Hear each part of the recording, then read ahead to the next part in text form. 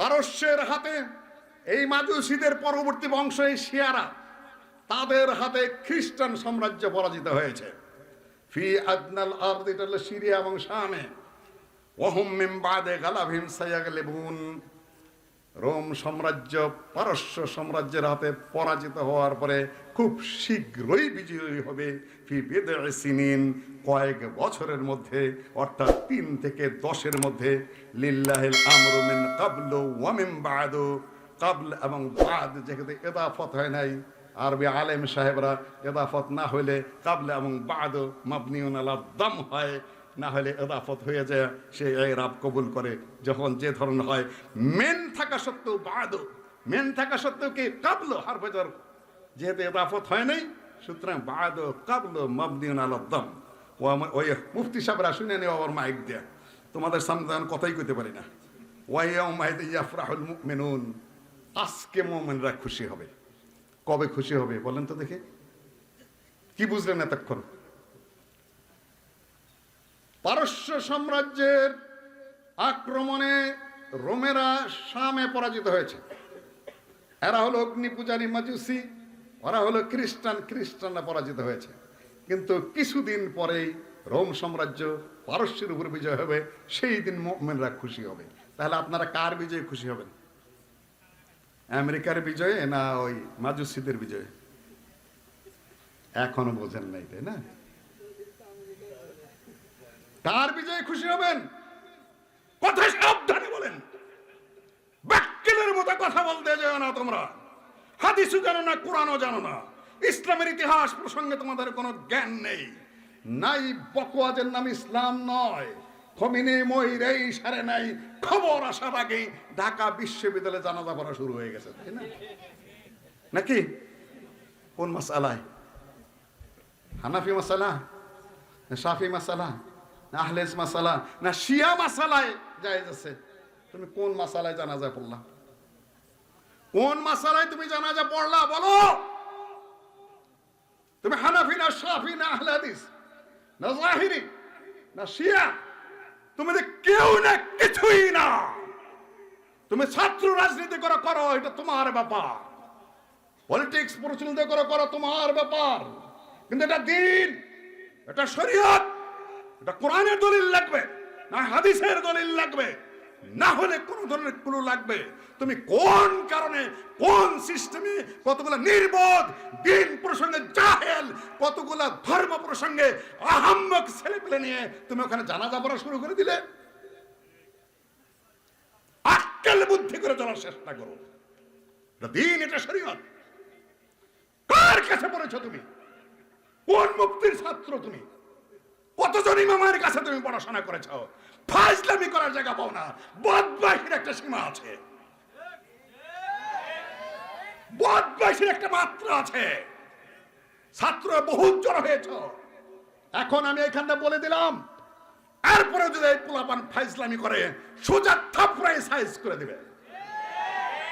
বলবে এটা দিন, এটা শরীয়ত।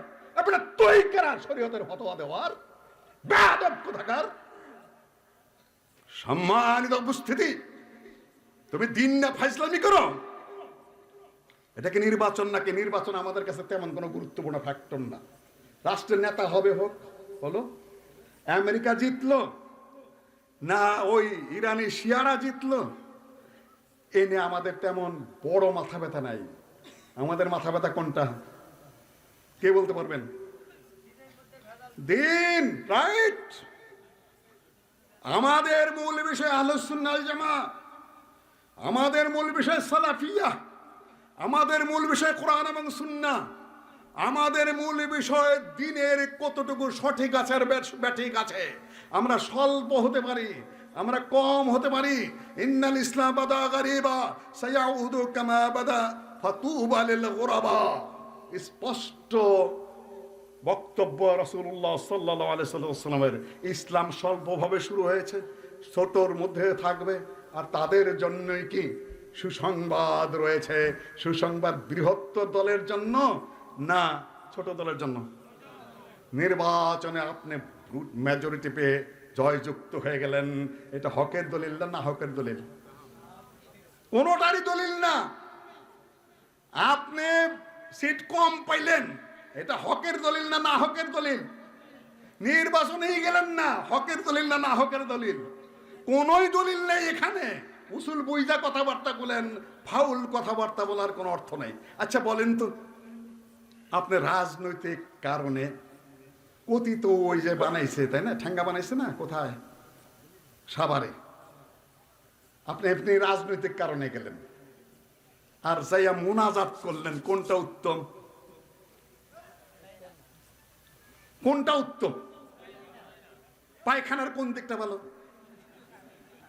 আচ্ছা, না না না, এখানে কথা আছে, উপরে গন্ধ একটু কম, নিচেরটাই বেশি। ওটা রাজনৈতিক কারণে গেছে, ভালো কথা। আপনিও রাজনৈতিক কারণে গেছেন, যান, ছোটখাটো একটু পাপ তাপ যা হইলো হইলো, কিন্তু যে মোনাজাত চালু করেন, তাহলে এখন কি হবে কোন? আপনি নতুন ধর্ম বানাইলেন, নতুন দিন বানাইলেন, নতুন প্রচলন শুরু করলেন, যেটা শরীয়তেও দলিল নাই এবং যুক্তিসঙ্গত না। ব্যাক্কেল ছাড়া আর কেন হাত কেউ তুলবে না। কেন ব্যাক্কেল কেন বললাম জানেন? এত বড় বড় আমিষ শব্দের ব্যাক্কেল বললেন না, আপনাদের বুদ্ধি অনেক আছে, কথা সুন্দর করে বলতে জানেন, কথার পৃষ্ঠে কথা বলতে জানেন, আহলে হাদিসের পকেট থেকেও ভোট বাই করতে পারেন। সোজা চালাক না। আহলে হাদিসের পকেট থেকে যদি কোনো বেদাতে ভোট বাই করে নেয়, সে কি সোজা চালাকের চালাক? আর আপনার বুদ্ধিমান। সম্মানিত উপস্থিতি, এখানে ব্যাপারটা হলো এই যে আপনি এখানে দিন বানাইলেন, শরীয়তের দলিল নাই। দ্বিতীয় নাম্বার হলো যে ওখানে কবর আছে, সাভারের ওখানে, ওখানে কবর আছে। তো আমরা কিসের মুনাজাত করলেন, কার জন্য? নিজের জন্য না, ওই ঠ্যাঙ্গার জন্য না, মাটির জন্য? কার জন্য করলেন, কোন যুক্তিতে করলেন? এখন যদি বলেন পবিত্র জায়গা, তো আরো আপনি সর্বনাশ করলেন। এখন ওটা কি মাক্কা না আরাফা, শায়ের না মসজিদ? ওটা কি? এটা দিন, এটা ধর্ম। ডাক্তার সাহেবেরা, ইঞ্জিনিয়ার সাহেবেরা এখন আবার গর্বের বিষয়, বাপরে বাপ আমাকে ডাক্তার সাহেব, বাপরে বাপ আমাকে ইঞ্জিনিয়ার সাহেব, বাপরে বাপ আমাকে প্রফেসর সাহেব। আর মুফতি আছে মাত্র একজন, তিনি কে? বাড়ি কুষ্টিয়া। আরে ভাই, আপনি ডাক্তার, আপনি ইঞ্জিনিয়ার, আপনি ওখানে গেছেন কেন? ইসলামিক দলের এমানতের যোগ্য নন আপনি। তাকে আলেম হতে হবে, তাকে কতগুলো সব শর্ত মানতে হবে, তাকে কোরআন জানতে হবে, তাকে হাদিস জানতে হবে, ইজতিহাদের জ্ঞান তার থাকতে হবে। আপনি ওখানে ইমারত গ্রহণ করতে গেছেন কেন? আপনি কর্মী হয়ে থাকেন। বলছে আলেম তো পাওয়া যায় না। আলেম পাওয়া যাবে না, এগুলা করলে এটাই স্বাভাবিক। আলেম পাবেন না, একজনই পাবেন, বাড়ি তার কুষ্টিয়া। এছাড়া আলেম পাওয়া সম্ভব না। আপনারা হয়তো বলবেন, মসলুদ্দিন ভাই আপনি তো একটু ভালো মানুষ মনে করছিলাম, আমাদের ব্যাপারে একটু সফট কর্নার, আত্মীয় স্বজন ওই দিকে আছে। আত্মীয় স্বজন ওই দিকে না, ওই দিকেও ছিল, তাই না? মেয়ের জামাই উপদেষ্টাও ছিল। আপনি আবার মাঝখান থেকে এরকম কথা। এখন এমপি টেমপি 2-4 জন আর কাছাকাছি। আমি আমার পথেই চলি, আমি আমার পথেই চলি। স্বাভাবিকভাবে বলেন তো, বর্তমান প্রেক্ষাপটে সেকুলার বেশি বিপজ্জনক না বিভ্রান্তিকর ইসলাম বেশি ক্ষতিকর? রাস্তায় আলোচনা হলো আমাদের ডক্টর সাহেবের, ওসামা সাহেবের সাথে এই সকল বিষয়ে নিয়ে, কোনটা বেশি বিপজ্জনক? এখন ওনারা বলে বেড়ান, ভাইয়েরা আমি আক্রমণের জন্য বলছি না, ফিরে আসো, তোমরা পথে ফিরত আসো। আমি এইটা বলছি, দিন হারিয়ে ফেলেছ, বিভ্রান্তির মধ্যে পড়ে গেছ, সমস্যা সৃষ্টি করেছ, নীতির থেকে ভ্রষ্ট হয়ে গেছ, বহু দূরে ফিরত আসতে বলছি। আমি আক্রমণ করছি, আক্রমণের জন্য নয়। সম্মানিত উপস্থিতি, ফেরত আসতে হবে, সোজা পথে, ইসলামের পথে ফেরত আসতে হবে। নির্বাচনে জিতবে কি না জিতবে এটা অনেক পরের প্রশ্ন, আগে তো নিজের এখানে অবস্থান নিয়ে থাকতে হবে। সম্মানিত উপস্থিতি, বিনাসরিল্লাহি ইয়ানসুরুল্লাহ মান ইয়াশা, বিজয়ী হয় সত্যের দলিল নয়। আল্লাহ কাফেরদেরকে বিজয়ী দেন। খ্রিস্টানরা মুসলিম না মাজুসিরা মুসলিম? অগ্নি পূজকরা কে মুসলিম? আল্লাহ বলে দিচ্ছে বিনাসরিল্লাহ ইয়ানসুরুল্লাহ মান ইয়াশা, খ্রিস্টানদেরকে বিজয় কে দেয়? আল্লাহ। আর এদেরকে বিজয় দেয় কে? মাজুসিদেরকে। আজকে যদি আমেরিকা জয়ী হয় গায়ের জোরে, আজকে যদি ইরানিরা জয়ী হয় গায়ের জোরে, আর যদি গোটা আরব বিশ্ব ভুলুণ্ঠিত হয়ে যায় তাহলে কারা হক? আরবরাই হক। সৌদি আরবই হকের উপরে আছে, কোরআনের উপরে আছে, হাদিসের উপর আছে, সাহাবীগণের সম্মানের উপর আছে, নীতির উপর আছে, আদর্শের উপর আছে। সামাজিক কিছু ত্রুটি বিচ্যুতি থাকতেই পারে, ওগুলাকে ইসলাম তৃতীয় চতুর্থ পর্যায়ে রেখেছে। মূল বিষয়কে নষ্ট করে খালি দিন কায়েম হচ্ছে, তাই না? সম্মানিত উপস্থিতি, দিনের অর্থ কি তুমি জানো? তোমার উস্তাদে জানে? তুমি কোনদিন পড়েছ? তোমার কিতাব খোলার কোনদিন সুযোগ হয়েছে? তুমি আরবি পড়তে পারো? আমাদের এই মোনাজাত মৌলবীদের মতোই খালি ফতোয়া দেয় আর ফতোয়া দেয়। মুফতির ঠেলা কি? আল্লামা ওসাইমিন যখন রিয়াদে যাইতেন তখন রিয়াদে যে কোনোদিন ফতোয়া দিতেন না। জিজ্ঞাসা করা হলো, আপনি রিয়াদে এসে কেন ফতোয়া দেন না? বলেন, লা ইফতা ওয়াবনে বাজ ফির রিয়াদ। আমি রিয়াদে দিতে পারবো না। কেন? ইমাম শাফির ব্যাপারে ইমাম মালিক সুপারিশ করেছিলেন, তোমরা ইমাম শাফির কাছ থেকে জ্ঞান নাও। ইমাম শাফি কিন্তু ইমাম মালিকের ছাত্র। ইমাম শাফির কাছে খবর পৌঁছে গেল যে আপনার উস্তাদ আপনার কথা বলেছে জ্ঞান নেওয়ার জন্য। তখন তিনি বলে দিলেন, লা ইফতা ওয়া মালিকুন ফিল মদিনা। মালিক মদিনায় আছে আর আমি যাব সেখানে ফতোয়া দিতে? আমি কুফায় যাব, আমি বাগদাদে যাব, আমি মিশরে যাব। মালিক ইমাম যতদিন বেঁচে আছে, ইমাম দারুল হিজরা, আমি ততদিন মদিনায় ফতোয়া দিতে যাব না। সম্মানিত উপস্থিতি, যে সমস্যাগুলো আমি এখন দেখছি আপনাদের জন্য, এক নম্বর যেগুলো আলোচনা করলাম, সামনে বিপদ আপনাদের সামনে কথিত সেকুলার থেকে আসবে না কথিত ইসলাম থেকে আসবে? কোনটা থেকে আসবে বলে আপনার মনে করেন? কোনটা থেকে আসবে বলে মনে করেন? জবাব দেন, আমি জবাব নিয়ে যাব কয়েক মিনিটের মধ্যে। কথিত ইসলাম থেকে আসবে। তার প্রমাণ হলো ইরানের আহলুস সুন্নাহ ওয়াল জামাতের জায়গাটা বিজয় হয়েছে খালিদ বিন ওয়ালিদের হাতে। প্রথম যেটাকে হুরমুজ প্রণালী বলা হয়, এটা আসলে মূলত মাদিক ও খালেদ। সেই ইরানে যখন অগ্নি পূজারীরা ছিল, ওদের সেই পুরাতন হুরমুজ যে অগ্নি পূজারী সেনাপতি, তার নামে হুরমুজ প্রণালী রেখেছে। আর রিয়াদে কোথাও আবু জেহেল রোড আছে, ওতবা রোড আছে, সাহেবা রোড আছে, উমাইয়া রোড আছে। গোটা সৌদি আরবে কোন পূর্বতম কাফের মুশরিকের নামে কোন রোড আছে কিনা? ইরান ইসলামিক রাষ্ট্র বলো তোমরা, তো হুরমুজ প্রণালী এখনো থাকলো কিভাবে? কাফেরদের নামেই তো রাখছো, সেই মাজুসি মুশরিকদের নামেই তো রেখে দিয়েছ। আর এখন বাংলাদেশে কি? ইরানে বৃষ্টি ভরার আগেই ছাতি ডুবতেছে এখানে, তাই না? আগেই ছাতি ধরা শেষ। শুনুন কতগুলো বিপদ, কয়েক মিনিটের মধ্যে বলে দিয়ে যাই। মহা বিপদের অপেক্ষা করছে দেশে আহলে হাদিসরা। আমি আর গালি দিতে চাই না, যেটা বলি সেইটা নিয়ে বাহাস করে। যে বোঝে সেও কথা বলে, যে না বোঝে সেও কথা বলে। কেউ কথা বলার শৌখিনতা করে, কেউ বা নিজের একটু কুদরত দেখাতে, ক্ষমতা দেখাতে চেষ্টা করে। ভালো করে বোঝার চেষ্টা করো।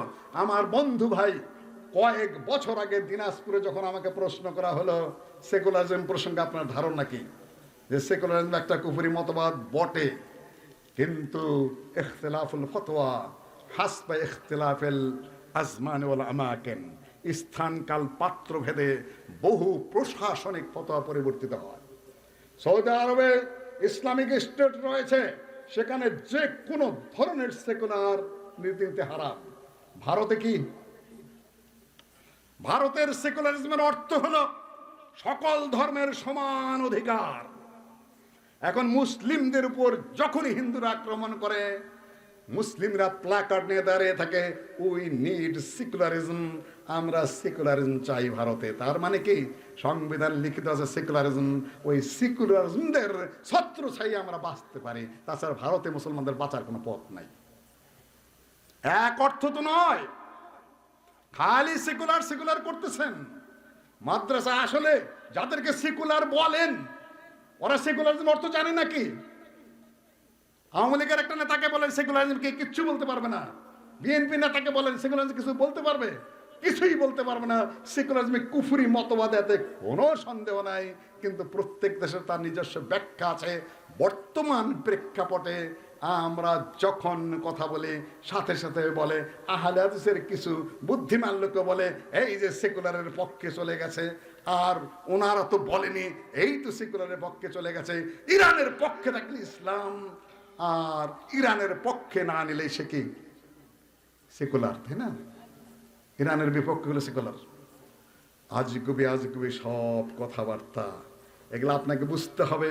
বর্তমান যুগে আহলে হাদিসকে যদি, তার সালাফিদেরকে যদি নিজস্ব বাহ্যিক দৃষ্টিকোণ থেকে নিজস্ব অস্তিত্ব নিয়ে বেঁচে থাকতে হয়, প্রথমত তাদের সহি আকীদা, সহি মানহাজ, সহি পদ্ধতি নিয়ে বাঁচতে হবে, এবং তাদেরকে বিজয়ী করতে হবে অন্য দলকে। কেন? আফগানিস্তানের পক্ষে মেলা স্লোগান আমরা দিলাম, তাই না? এখন আফগানিস্তান আহলে হাদিস বলতে কিছু আছে? মসজিদ রাখছে, মাদ্রাসা রাখছে, ইমামরা আছে।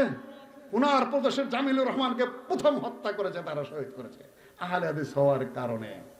আর ওইটা যদি বাচ্চা আমানুল্লাহ থাকতেন তাহলে আহলে হাদিসটা মাদ্রাসা থাকতো, মসজিদ থাকতো, বক্ত থাকতো, দাউদ গজনবীর পরবর্তী বংশধররা থাকতেন, তাদের শক্তি নিয়েই বেঁচে থাকতে পারতেন আহলে হাদিসরা, যদি সেখানে আমানুল্লাহর রাজতন্ত্র থাকতো। কিন্তু কথিত ইসলাম আসার সাথে সাথে আহলে হাদিসকে মিসমার করে দেওয়া হয়েছে। আপনাকে এই অঙ্গিকে বুঝতে হবে। বর্তমান প্রেক্ষাপটে অন্যের ভাষায় 5 মিনিটে শেষ করব, অন্যের ভাষায় কথা বলা যাবে না, ধার করা বক্তব্য দেওয়া যাবে না, অন্যের শব্দ নিজের মুখে চুলকানো যাবে না। আপনি বুঝে শুনে যুগের প্রেক্ষাপটে আহলে হাদিসদেরকে বলবো, আর কথা বুঝে শুনে বলার চেষ্টা করেন। এই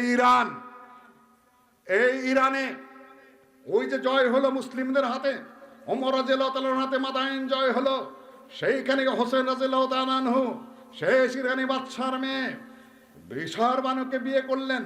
তার গর্ভ থেকে আলী জয়নুল আবেদিন, তার ঘরের যত সন্তান তারাই নাকি নিজেদেরকে ইমাম দাবি করছে। আর তার যে আরবীয় মায়ের বংশের বাচ্চা কাছে একটা ইমাম হতে পারলেন না, খালি ওরাই হলো।